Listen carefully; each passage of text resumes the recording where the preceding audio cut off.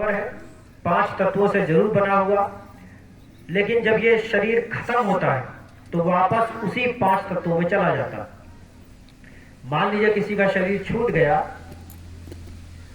तो अग्नि के हवाले पहले किया गया, उसके बाद गंगा या और जो भी नदी उसमें विसर्जन कर दिया अस्थि। उसके बाद आकाश में आपकी यह जीवात्मा चली गई, पृथ्वी में आपको जो भी आपका आगे का काम था वो किया गया। तो जिन 5 तत्वों से आपका ये शरीर बना था उसी 5 तत्वों में ये शरीर आपका वापस चला जाता। स्वामी जी महाराज कंज गुरु थे। कंज गुरु वो होते जिनकी ये तीसरी आंख, ये दोनों आंखों के मध्य भाग में जहां देवियां बिंदी और पुरुष भाई टीका लगाते, यहीं पे जीवात्मा स्वामी जी महाराज बताते थे कि तुम्हारी ये जो जीवात्मा अंदर जो बसी वो यहां बैठी है, और एक पतला महीन पर्दा दोनों आंखों के मध्य भाग में बैठा दिया। अब ये दरवाजा, ये खिड़की कौन खोलेगा? ये केवल वही साधु संत महात्मा आएंगे और वही युक्ति बताएंगे और अपनी वचनवाणियों से तुम्हारी जीवात्मा को जगा देंगे। 2 तरीके के संत भी होते, गुप्त संत और प्रकट संत। गुप्त संत वे होते जो आपकी जीवात्मा को जगा देंगे, लेकिन कभी भी समाज में आके सत्संग नहीं करते। पूज्य दादा गुरु जी महाराज आप गुप्त संत थे। उसके बाद प्रकट संत होते। प्रकट संत वो होते हैं जो समाज में आते, समाज के बीच में आकर के सत्संग करते, लोगों की जीवात्माओं को जगाते, संभाल करते, और इस समाज के कल्याण के लिए जो उन्होंने ज्ञान एकत्रित किया, उस ज्ञान के प्रकाश से वो जो भी समाज में अंधकार बचा हुआ, उस अंधकार को अपने ज्ञान से प्रकाशवान करते।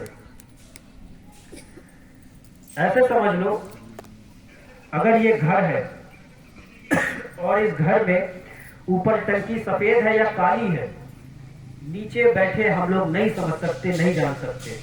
जो ऊपर जाएगा और जो देखेगा उसे ही पता चलेगा कि पानी की टंकी का कलर क्या है। तो ठीक उसी तरह साधु संत महात्मा अपने तपोबल से ऊपर गए और ऊपर जा करके उन्होंने नरकों के हाल, स्वर्ग के हाल, वैकुंठ के हाल, जो खोटे जीव हैं उनके लिए क्या सजा लिखी गई वो भी उन्होंने देखा, और हमारी आपकी जानकारी के लिए उन्होंने धर्म पुस्तकों में लिख दिया, लोहे के खंभ तपत के माही, जहां जीव को नहीं चिपटाही।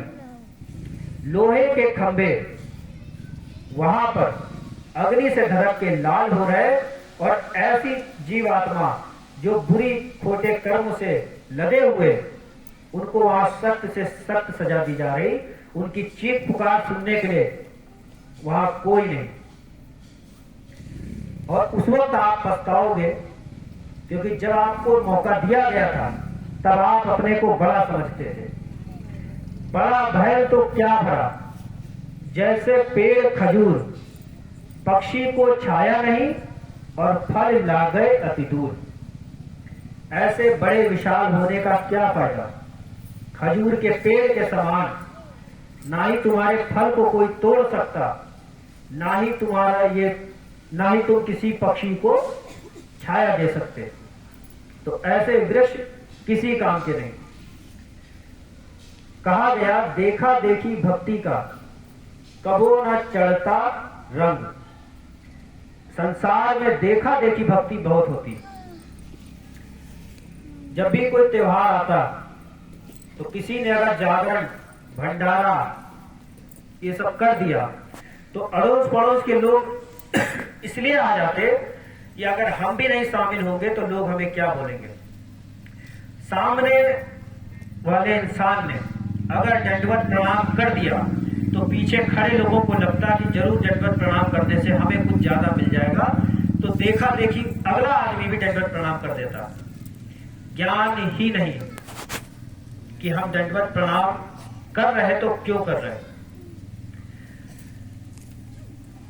जैसे ये मंच सजा हुआ, ताजे फूल चढ़े, ताजे फल चढ़े, ताजी मिठाइयां चढ़ी, ठीक उसी तरह जिस मालिक ने तुम्हारे इस शरीर को बनाया, ताजी सांस डाली, तो तुमने मन में कैसे विचार डाल लिया कि जब मैं वृद्धावस्था में आऊंगा, जब खेती दुकान दफ्तर से रिटायर हो जाऊंगा, तब उनकी भक्ति में लगूंगा।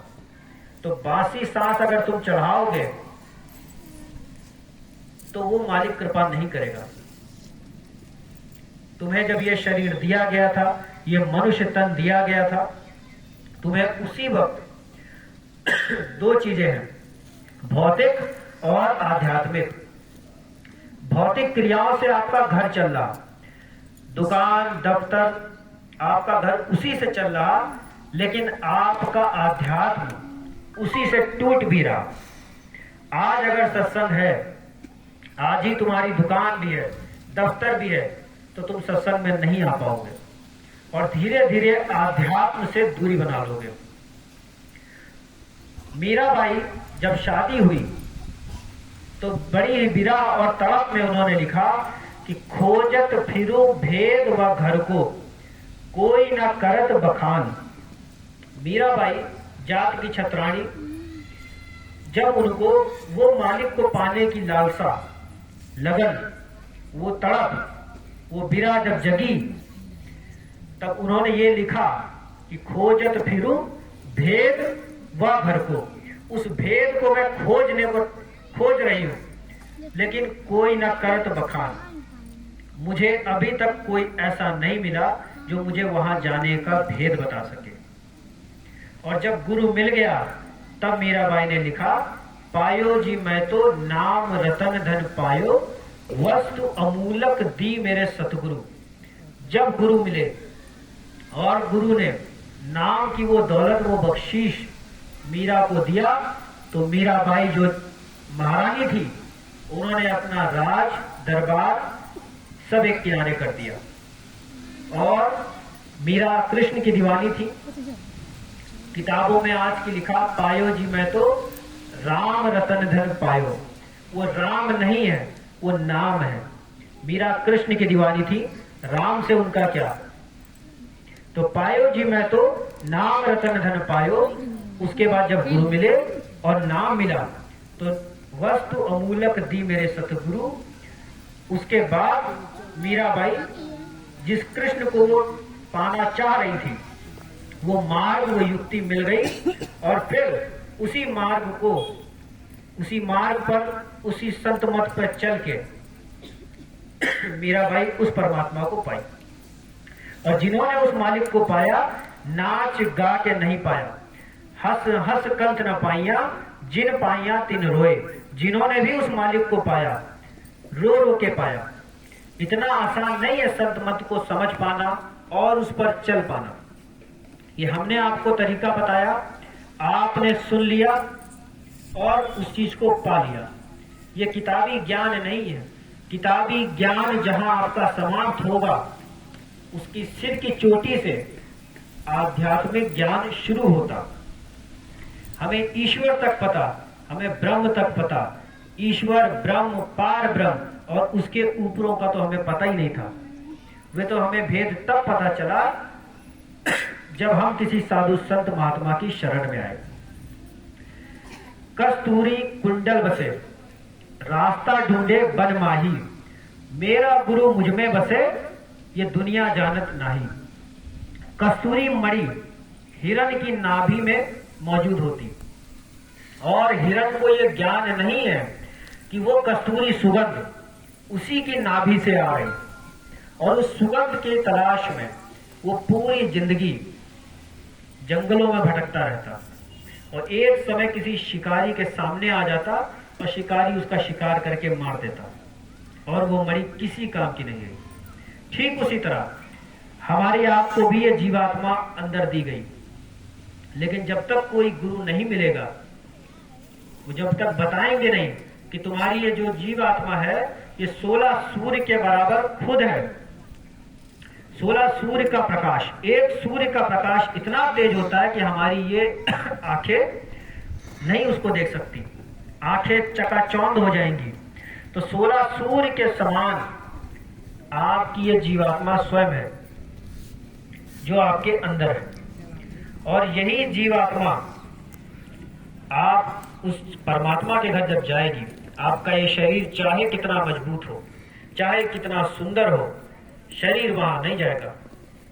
उस धाम के लिए लिखा गया, ना कोई गुरु ना कोई चेला, सब में बोले एक अकेला। जब आपकी जीवात्मा उस धाम को पहुंचेगी तो ना ही वहां फिर कोई गुरु रह जाता, ना ही वहां पे कोई चेला रह जाता। जितनी भी जीवात्मा वहां पहुंची, सारी की सारी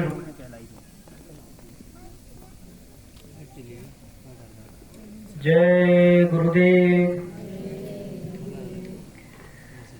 जितनी भी जीवात्मा वहां पहुंची, सभी की सभी पुण्य आत्माएं कहलाई गई।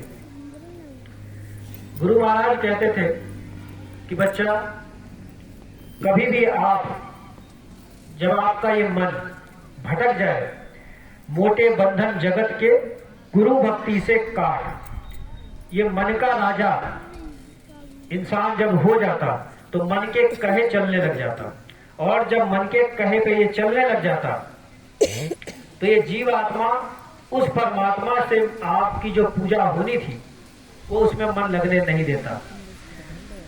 लिखा गया, बड़ा बैरी ये मन घट में, इसी का जीतना है कटना, और जिन्होंने मार मन डाला उसी को सूरमा है कहना।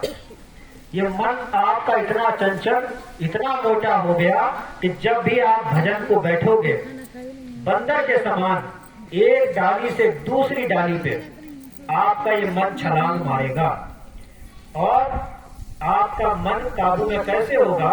बिन सत्संग विवेक न होई। बिना सत्संग के आप विवेक यानी कि तर्क आप नहीं कर पाओगे, ज्ञान ही नहीं होगा। स्वामी जी महाराज बताते थे कि सत्संग वो जल है जिसमें कौवा स्नान करता तो हंस बन के बाहर निकलता। कौवा काला होता और हंस सफेद। जब आप उस ज्ञान रूपी समुद्र में गोता लगाओगे तो उस आपके शरीर का जो मैल है, उसके साथ साथ जो आपके कर्म मैल है, वे भी कट जाएंगे। और स्वामी जी महाराज बताते थे कि इंसान की जाति जन्म के अनुसार नहीं, उसके कर्म के अनुसार बनती। आपके कर्म ही आपको एक पहचान देंगे।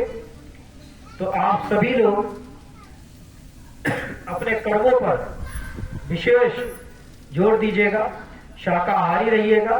स्वामी जी महाराज ने शाकाहारी और सदाचार दोनों पर बराबर जोर डाला।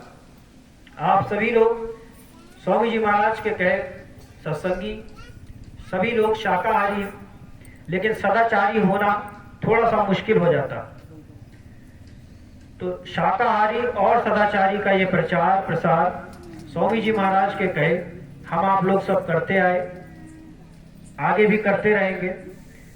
और पूज्य हुजूर महाराज का संदेश लेकर के पूज्य पिता श्री हमारे आज आपके बीच में विराजमान है। आगे के वचनवाणी हमारे पूज्य पिताजी आपके बीच रखेंगे। अपनी वाणी को हम यहीं पे विराम देंगे और एक चीज आपको बता के जाएंगे कि हमारा मथुरा आश्रम जो दरबार है, ना रुपया लगता उस दरबार में, ना बहुत ज्यादा खर्चा लगता। दरबार में खड़े होकर जय गुरुदेव नाम बोलना बहुत अच्छा लगता है। आप सभी को हमारा हाथ जोड़कर सादर जय गुरुदेव।